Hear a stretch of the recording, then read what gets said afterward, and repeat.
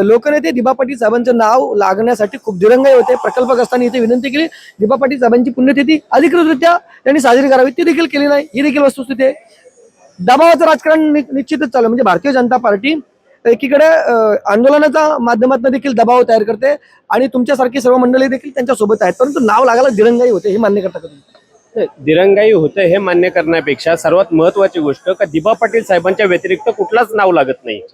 म्हणजे जसं बाळासाहेब ठाकरेंच्या नावाची इथे घोषणा झालेली, परंतु सर्व भूमिपुत्रांनी सर्व पक्षांनी एकत्रित येऊन त्या नावाला विरोध करून दिबा पाटील साहेबांच्या नावाचा ठराव हा राज्य सरकारला मंजूर करावा लागला आणि तो केंद्रात पाठवला। ही सर्वात मोठी म्हणजे जीत आहे या इथल्या स्थानिक भूमिपुत्रांची। त्याच पद्धतीनं दिरंगाई होत असली तरी पण सरकार दुसऱ्या नावाचा विचार करत नाही, हे सर्वात जास्त महत्वाचं आहे। म्हणजे राज्य सरकारने केंद्रात पाठवलेला एकच ठराव आहे आणि केंद्राने पण घेतलेला निर्णय तो एकच ठरावाचा आहे। केंद्र निर्णय घेईल याची वाट बघतोय।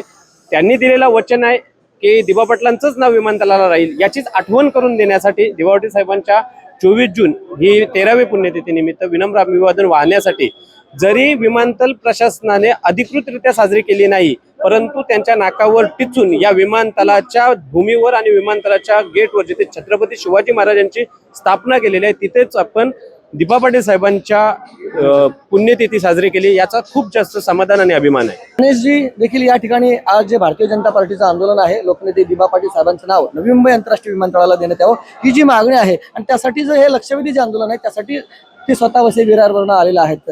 खरं म्हणजे तुमचा तो भूमिपुत्रांचा पंचमहाभूत तो खूप म्हणजे मला माहिती त्या काळात जेव्हा हे सगळं आंदोलन व्हायरल झालं होतं त्यावेळेला तुम्ही तो गट खूप ऍक्टिव्ह होता, आता देखील आहेत, परंतु ती विभागणी झालेली आहे। आज या ठिकाणी आपण जेव्हा या लक्षवेधी आंदोलनाला येतं त्याच्या पाठीमागची भूमिका काय म्हणतात?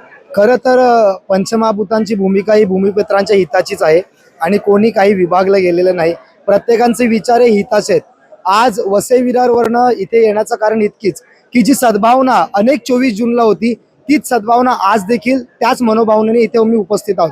आज भारतीय जनता पार्टीच्या वतीनं एक लक्षवेधी म्हणून आपण इथे उपस्थित आहोत की लोकनेते दिबा पाटील साहेबांची कर्मभूमी ही जन्मभूमी आणि या कृतीतून आणि ज्या नेत्यांना भूमिपुत्रांचा उद्धार व्हावा आणि भूमिपुत्रांना प्रत्येकाला स्थिरता व्हावी यासाठी मोठा संघर्ष केला आणि त्याच या भूमीमध्ये या नवी मुंबई आंतरराष्ट्रीय विमानतळाला लोकनेते दिबा पाटील साहेबांचं नाव लागावं।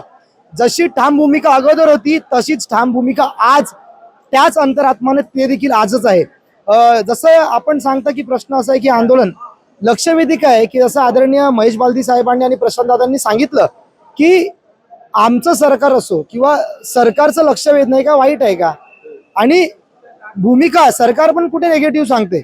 आम्ही देखील जेव्हा सह्याद्री अतिथीगृहावरती जेव्हा मीटिंग होती तेव्हा एक युवा म्हणून त्या सर्वपक्षीय कृती समितीतून मी होतो, रुपेश धुमालजी होते, आम्ही युवा म्हणून तिथे उपस्थित होतो।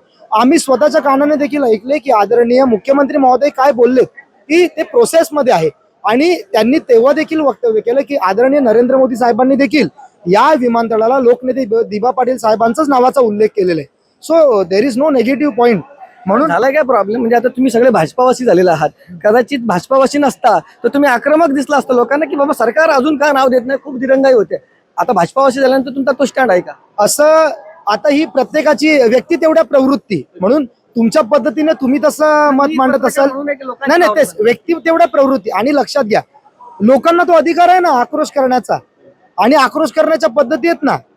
जेव्हा जी सरकार नेगेटिव्ह बोलत होती त्या सरकारच्या विरोधात नेगेटिव्ह वतीने उतरलो नाही का, आणि जे घरी बसलेले होते आता ते कुठेतरी बाहेर आलेत, तेव्हा आम्ही केसेस देखील घेतल्या, आम्ही जनतेला सामोरे गेलो। 5 जिल्ह्यांचं भ्रमण करताना जनजागृती करताना काय त्रास झाला ते जेव्हा ते जे घरी बसलेले त्यांना हे माहिती नाही, म्हणून त्यांनी निदान आम्हाला ते धडे देऊ नये।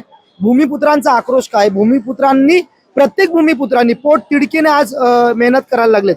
अनेक जण आपापल्या पद्धतीत संघर्ष करायला आजच्या दिवसाला, म्हणून ते नकारात्मक आहेत का? नाही, आपापली सद्भावना व्यक्त करण्याचा हा दिवस आहे आणि प्रत्येकाची प्रेम भावना, प्रत्येकाची तीच जिद्द आहे की या नवी मुंबई आंतरराष्ट्रीय विमानतळाला फक्त लोकनेते दिबा पाटील साहेबांचंच नाव लागलं पाहिजे। आम्ही देखील एक लोकप्रतिनिधी म्हणून पण सर्वप्रथम भूमिपुत्र म्हणून या गोष्टीसाठी अग्रेसर आहोत आणि आग्रही देखील आहोत।